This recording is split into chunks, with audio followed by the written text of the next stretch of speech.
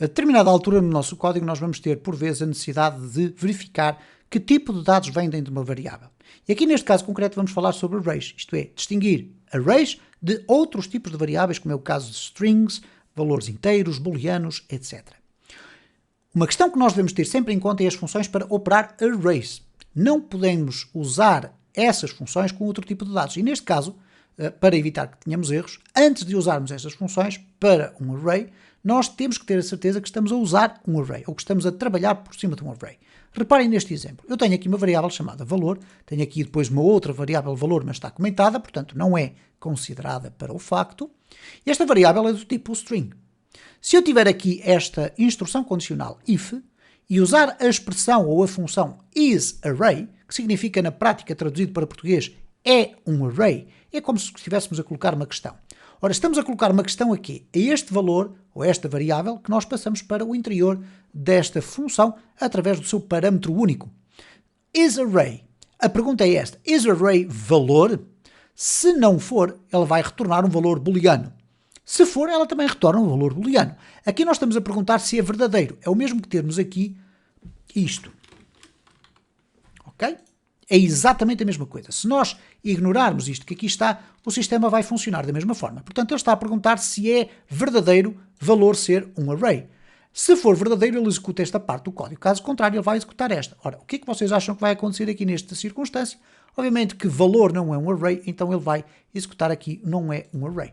Reparem, se nós usarmos aqui então a execução, nós vamos ver aqui esta apresentação, não é um array.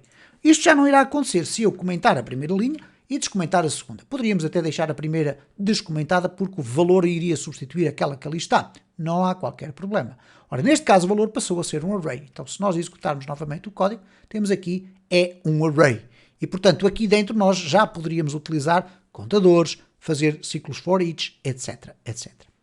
Bom, temos aqui depois também a utilização da expressão empty ou função empty. A função ou expressão empty pode ser usada em strings, em variáveis com valor null ou em arrays para determinar se estão vazios. Ok? Ora, então nós temos aqui três variáveis completamente diferentes. Temos uma variável que não tem valor atribuído, é nula.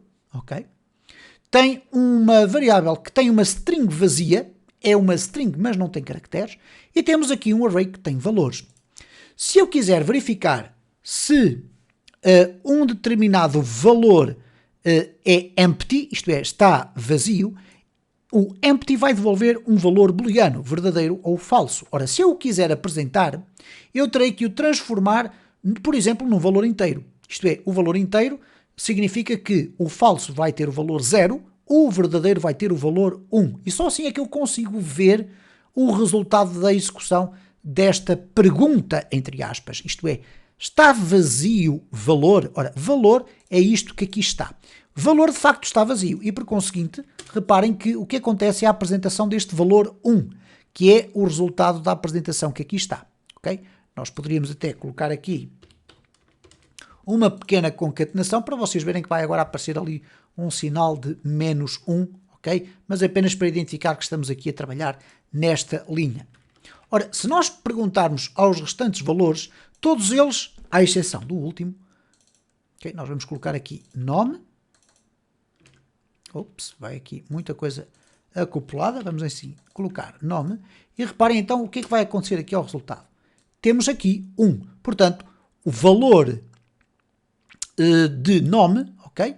Neste caso, empty nome, significa que está vazio. E vazio, portanto, vai resultar em verdadeiro. Se eu colocar aqui qualquer coisa, reparem o que é que vai acontecer. Ele passa ao 0. Significa que a variável nome não está vazia. Bom, vamos aqui verificar agora valores. Ok? E neste caso, valores vai resultar em 0.